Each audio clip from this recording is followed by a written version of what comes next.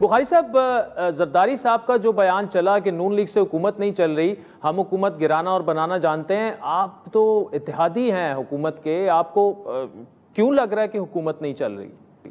देखिए जी, बात यह है कि हुकूमत जो इश्यूज़ हुकूमत को फेस कर रहे हैं अभी, उन इश्यूज़ को ओवरकम करने के लिए इनको कमर कसनी पड़ेगी और इनको अपनी बेल्ट कसनी पड़ेगी।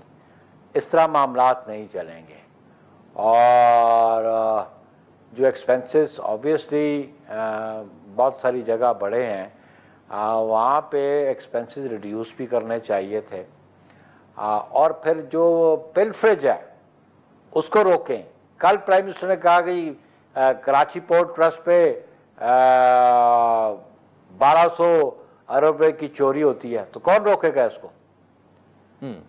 क्यों नहीं लटका देते उन ऑफिशियल्स को जो ये करप्शन कर रहे हैं, जो मुल्क की इकॉनमी को बर्बाद कर रहे हैं?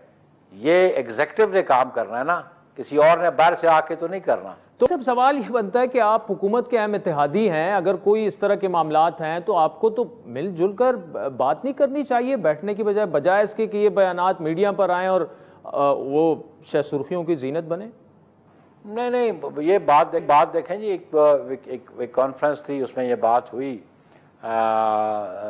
उन्होंने ये नहीं कहा कि हम हुकूमत गिरा देंगे।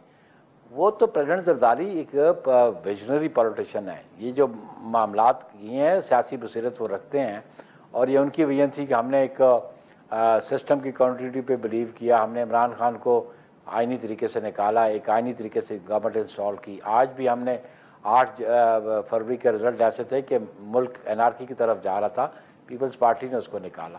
और प्रेसिडेंट साहब बिल्कुल मशवरे बिल्कुल देते हैं, कन्वे करते हैं।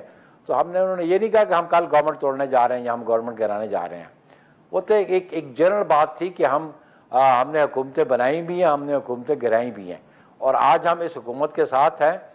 और हमारी कोशिश है कि इस हुकूमत अपने 5 साल पूरी करे, लेकिन साथ ही डिलीवर भी करे।